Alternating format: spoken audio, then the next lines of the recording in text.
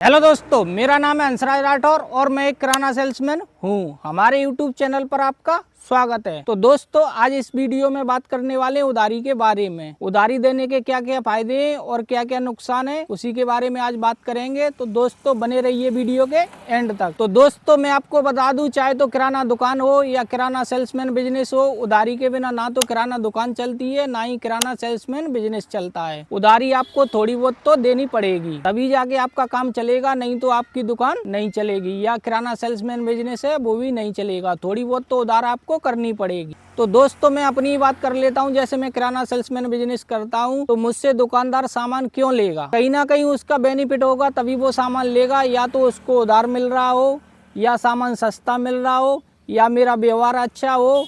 कहीं ना कहीं दुकानदार का फायदा होगा, जब ही जाके वो आपसे सामान लेगा। और दोस्तों, अगर आप दुकानदार को उधार नहीं देते तो वो आपसे बोलेगा कि मैं आपसे सामान क्यों लूं, मैं हर बार आपसे नगद सामान ले रहा हूं, तो एक आध बार तो आपको उधार देनी ही पड़ेगी, नहीं तो मैं दूसरे सेल्समैन से सामान ले लूंगा। बहुत सारे सेल्समैन आते हैं और आपको पता ही है, जगह जगह कॉम्पिटिशन है, तो काफी सारे सेल्समैन है और काफी सारी दुकानें हैं। तो दोस्तों, मैं आपको बता दूं, आपको हर किसी को उधार नहीं देनी। पहले आप देख लें इंसान सामने वाला कैसा है, सामने वाला जो ग्राहक है वो कैसा है, तभी आप सामान दें। तो दोस्तों, मैं किराना सेल्समैन का बिजनेस करता हूं और जो मेरे ग्राहक हैं वो तो है ही, और अन्यथा कई नई दुकान खुलती है और नया दुकानदार मुझसे उधार सामान मांगता है, तो मैं उससे बोल देता हूं, भैया अभी तो आपने दुकान खोल ली है, 2-4 बार आप नगद लो, जब मैं आपको उधार दूंगा, और मेरे पास अभी तंगी है, 2-4 बार आप नगद ले लो, फिर मैं आपको उधार देने लगूंगा। तो कहीं ना कहीं आपको दोस्तों दुकानदार को संतुष्ट करना पड़ेगा, आश्वासन देना पड़ेगा, जब भी वो आपसे सामान लेगा, नहीं तो वो आपसे सामान नहीं लेगा। और दोस्तों, आपको उधार उतनी ही देनी है, यानी लिमिट में देनी है। जैसे किसी ने 2000 का सामान लिया तो आपको 100, 200, 500 तक ही उधार देना है। ऐसा नहीं 2000 का सामान लिया और आपने 2000 का भी उधार दे दिया। ऐसा आप करोगे तो आपकी जो पूंजी है वो शॉर्ट हो जाएगी और सामान आप कहां से लाओगे। तो आपको उधारी भी लिमिट में देनी है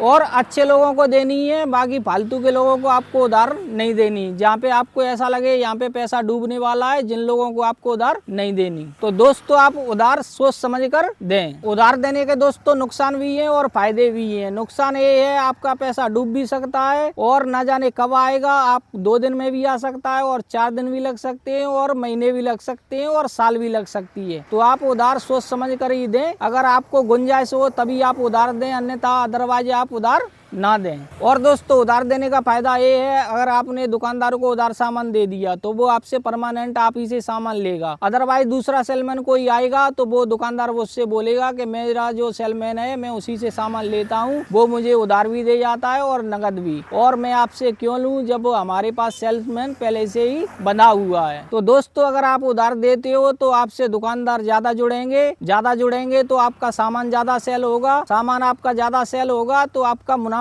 भी ज्यादा होगा। तो दोस्तों, मैं आपको बता दूं, मैंने 2016 में किराना बिजनेस शुरू किया था। जब मैंने धीरे धीरे किसी पर 100 रुपए उधार करता था, किसी पर 200, किसी पर 300, तो 2018 तक मेरी 15,000 की उधारी हो गई थी। और जब से आज तक मेरी 15 से 20,000 की उधारी है। जो चक्कर है वो चलता रहता है, उधार आते भी रहते हैं, उधार जाते भी रहते हैं। लेकिन मैं आपको बता दूं दोस्तों, मेरी जितनी उधारी 2018 में थी उतनी ही मेरी आज है। थोड़ा बहुत अंतर हो गया है, यानी थोड़ी बढ़ गई है। पहले 2018 में 15,000 थी और अब 20,000 हो गई है। तो दोस्तों, मैंने जैसे 4 लोगों को उधार दिया, तो 4 लोगों को मैं कल सामान दे गया हूँ, वो मुझे आज पैसा देंगे, यानी मैं अगले चक्कर पर जाऊंगा। तो 4 लोग, ऐसे चक्कर चलता रहता है, पैसे आते भी रहते हैं और उधार सामान जाता भी रहता है, यानी जो रूटीन है वो चलता रहता है और पूंजी शॉर्ट नहीं होती। तो दोस्तों, आप इस तरह उधार देकर अच्छा खासा मुनाफा कमा सकते हो और अपना बिजनेस बढ़ा सकते हो। और दोस्तों, आप सामान लाते हो, वहाँ से आपको नगद सामान लेना है। अगर आप नगद सामान लेते हो तो आपको हिसाब से मिलेगा, और वहीं उधार लेते हो तो आपको सामान महंगा मिलेगा। तो आपको नगद सामान लेना है। अगर आपके पास पूंजी हो तो ही आप उधार दें, अदरवाइज आप उधार ना दें। और दोस्तों, मैं आपको बता दूं, अगर दुकानदार नगद सामान लेता है तो वो 100 नखरे करेगा, और वहीं अगर आप उधार सामान देते हो तो आप